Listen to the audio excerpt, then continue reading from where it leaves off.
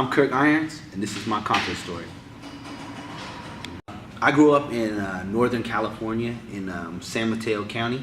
It's the south side of the Bay Area. The east side of the Bay Area would be Oakland, Hayward, Vallejo, Berkeley, Richmond. I grew up on the opposite side of that, the San Francisco side, and it would go San Francisco, South San Francisco, Pacifica, Daly City, San Bruno, and then where I grew up was Millbrae. As kids around there were mostly white, and then a Hispanic Latino population and Asian population, and then me, my family, and maybe one or two other families were the only black families in this area and during that time. And so that was during my elementary school years, and it was really racist. People called me nigger. I don't know how many times I've been called a nigger during that time, or just people saying racist shit, or talking about my hair, or just saying really ignorant shit about black people. You know what I'm saying? Because they didn't really, honestly, they didn't see black people. The only black people they would see would be on TV. So it was really hard for me because my mom is white and my dad is black, and when people talk about black people, I think of my dad. You know what I'm saying? So those things were really sensitive to me at that time. And also, when you're a kid, you want to belong. You see kids like playing together, and you want to belong to like a group of people, like a group of friends. And if people didn't want to fuck with you because of your race, it's not really something you can do. It's not like you can come to school tomorrow, wear a cool coat, and then you'll be cool, because you're pretty much, your race is kind of excluding you from the group. I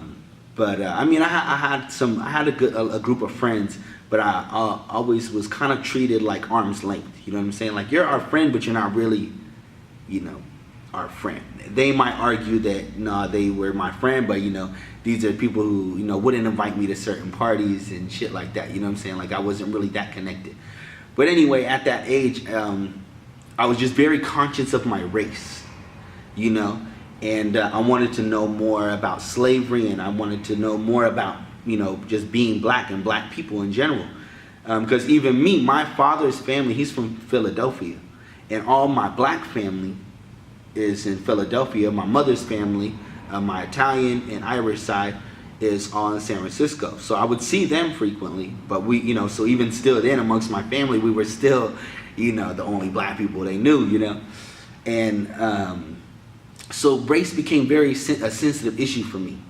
And so I would read up a lot about it. My cousin, my white cousin actually would give me different black books that he would read from, he was going to college at the time. He would give me, different books, like one I can recall was called The Black Man, the Father of Civilization. And I was in middle school reading books about, black history and black culture. And most of my peers didn't know shit about even just American culture. You know what I'm saying? And so I was very aware of, black and African history. And 89, 90, 91, more black people started integrating into my community from the inner city, from like Sunnydale projects, and from Fillmore, and people will come, from C Street is one place in San Bruno where it's like some, these people are more, I guess you would say, more ghetto-ish. I don't know how you want to say it, but these were harder areas, and I guess where real black people live. You know what I'm saying? Because I didn't grow up in that in a black community. I was black in a white community. I guess how I felt growing up. So anyway, when these more people started moving into the community, I was embraced by these people. They would, they off the top, they never were making me feel like I was half white. They were always like, you're half black, you're black. So I immediately got a sense of belonging. So even more reinforced, how strongly I felt about black, black things, and And so I started distancing myself from my earlier elementary school friends because they weren't really my friends. They were my friends, but they weren't really my friends. You know, these people were my friends who, if somebody had $10, like when my best friend would have $10, I had $5. We would go eat and we would share it. You know what I'm saying? Like that kind of friendship. Whereas the other people weren't really like, I'd say close to me like that. Anyway, so that happened, and now the community became more integrated. You had shows like MTV Raps started being more popular, and the Cosby Show was one big thing I can think of that really started like maybe I guess educating the white community to a different view of black people. If they had never been around black people, they were getting more integrated. So you see more like white people wearing black clothes or wearing clothes that the rappers will wear. And that was around the time where you start seeing like kids of all races like hanging together. Like nowadays it's normal for like a bunch of different races of people to hang out together. Like if you go to a show or something, it's normal. But at that time, it wasn't normal. You start seeing people that used to call me nigger, like legit, like you're a fucking nigger type thing, all of a sudden trying to dress like fucking, Ice Cube and shit, trying to look like NWA. And it will fuck my head up because I was like, just the other day, I was a nigger, and now today you trying to be black, So I was there during that transition. In school, I did pretty normal, I guess, during elementary school. As I got into middle school, I guess I realized I really didn't have to do it. I wasn't interested in going to college. I really felt school and the system was like against me. So I knew I didn't want to do anything that required going to college or school. I had no interest in school, but I did always have an interest in learning. But I didn't give a fuck about school because I really kind of felt it wasn't in my favor. I don't know. I just didn't give a fuck about school. And my parents, in 6th grade, 7th grade, and 8th grade, I legit got all F's on my report card. Not like failed a couple of classes. I'm talking about straight F's to where your GPA is negative. Where your GPA, I wouldn't show up to class. Or if I did go to class, I would sit there, but I wouldn't do the work. I would read a book.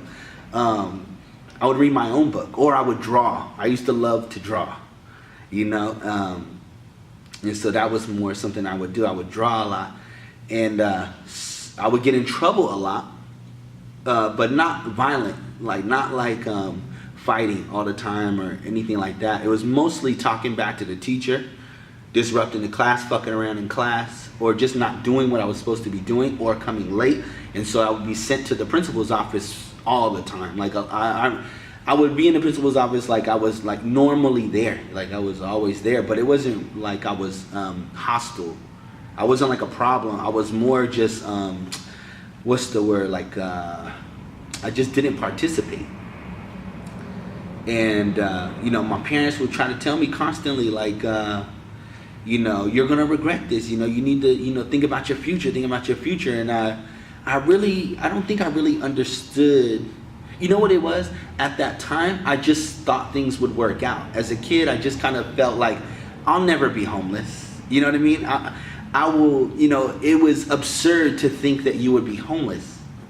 You know what I'm saying? It's absurd to think, you'll sleep on the street, or something like that. That's what maybe stupid people or drug addicts or something like that is definitely not anybody like me. So I never took it serious. I felt like I'll work it out. Somehow I'll bounce back. And I just was like, I was actually determined also to make something of myself, but not through a traditional pathway, not through going to school. At the time, I felt like I knew what I was doing. What's your name?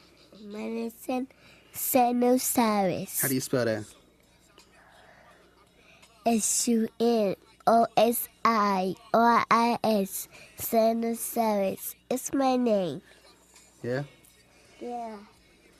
How old are you? 4. How old? 4. Soon as I met your mother, I fell in love. At that time in my life, she was a blessing from above. See, I was doing bad, I was living on the street, struggling for shelter and some food to eat. I was playing basketball with these 2 little punks, and your mama at the time was